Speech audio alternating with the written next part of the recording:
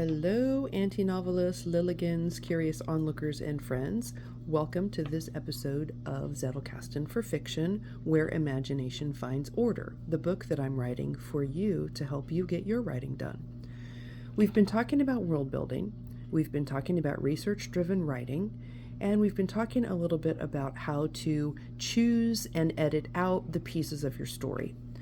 What you're looking at is a ring-bound set of 3x5 note cards.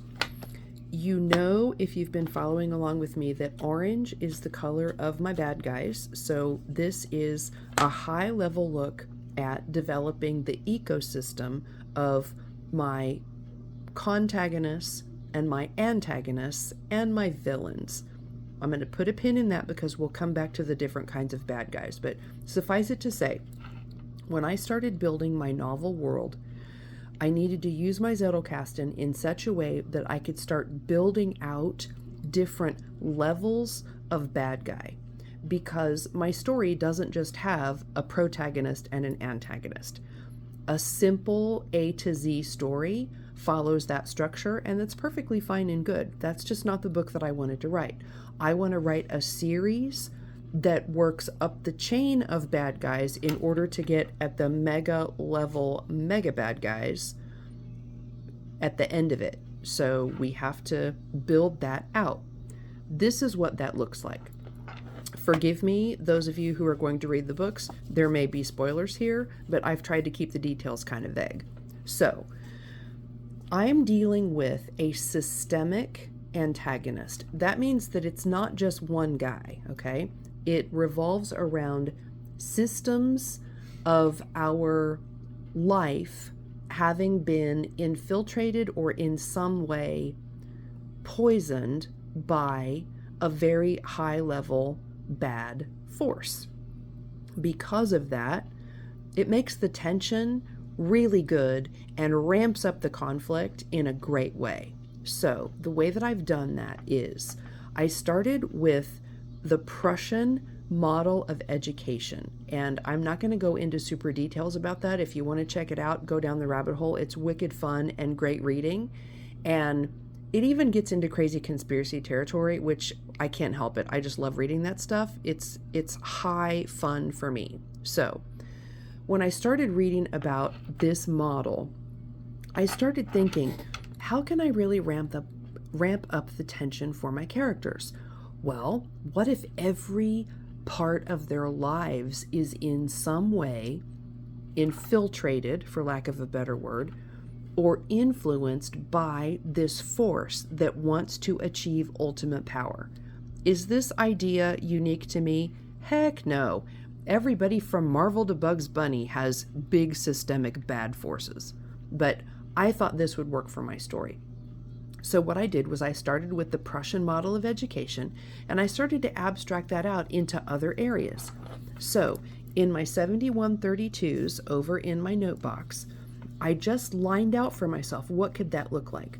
So these numbers are given letters that correspond to that area of life. Now you might recall Marshall Branch, my main male character, has been around for a really long time. So he has witnessed much of these things and therefore brings his credibility of having witnessed these things firsthand to the story. Super handy conceit if you want to use it. So I've got A for academia, and each card that follows gives me a little bit of a look at what that could look like. Now, I'm only going to show you the title cards. I'm not going to show you the research because, again, spoilers. So, A is for academia, R is for religion, G is for government in general, G/M is government military, P is presidents, J is justices of the Supreme Court, SW is the Secretary of War, S is secret societies, and C is clubs. Then I also have a / for CEOs. So that falls under government, under business. So the way that that lines out in my cards, oh, come on, guy, is I simply have a card designated for each one of these areas of life. And you can see, so it's 7132.G, because that tells me it's government, /SW tells me it's Secretary of War, .1. The next one is 7132.G for government, /J for Supreme Court Justices, .1. 7132.G for government, /P for presidents, .1. So then every card that falls under this, like if I have a list of presidents who have been influenced or infiltrated in some way, they're going to be P.1 /1 /2 /3 and so forth. Military is 7132.G for government, /M for military. So you get the gist of how this works.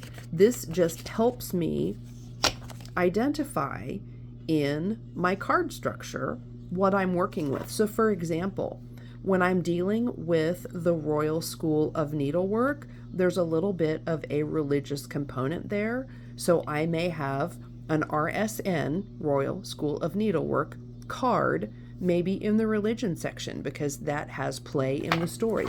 Or maybe I'm going to put that under government because you may recall from yesterday's research, I think it was, in that episode, that the Royal School of Needlework got their royal designation from Queen Victoria, and that's how they went from the School of Needle Arts to the Royal School of Needlework.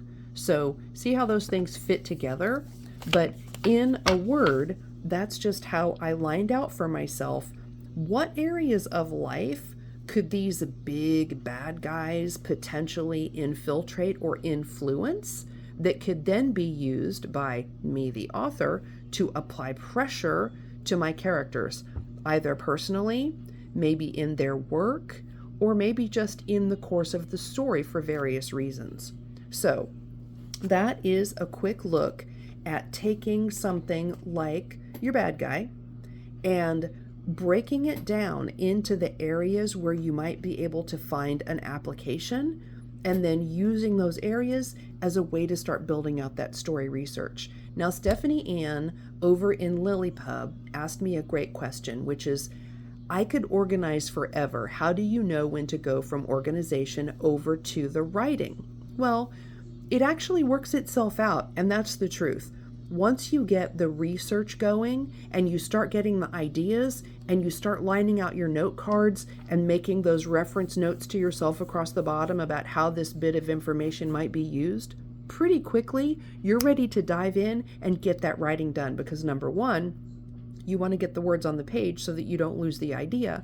And number two, you're just so darn excited about the story that you can't wait to get it written. So I believe that piece takes care of itself, at least it does for me.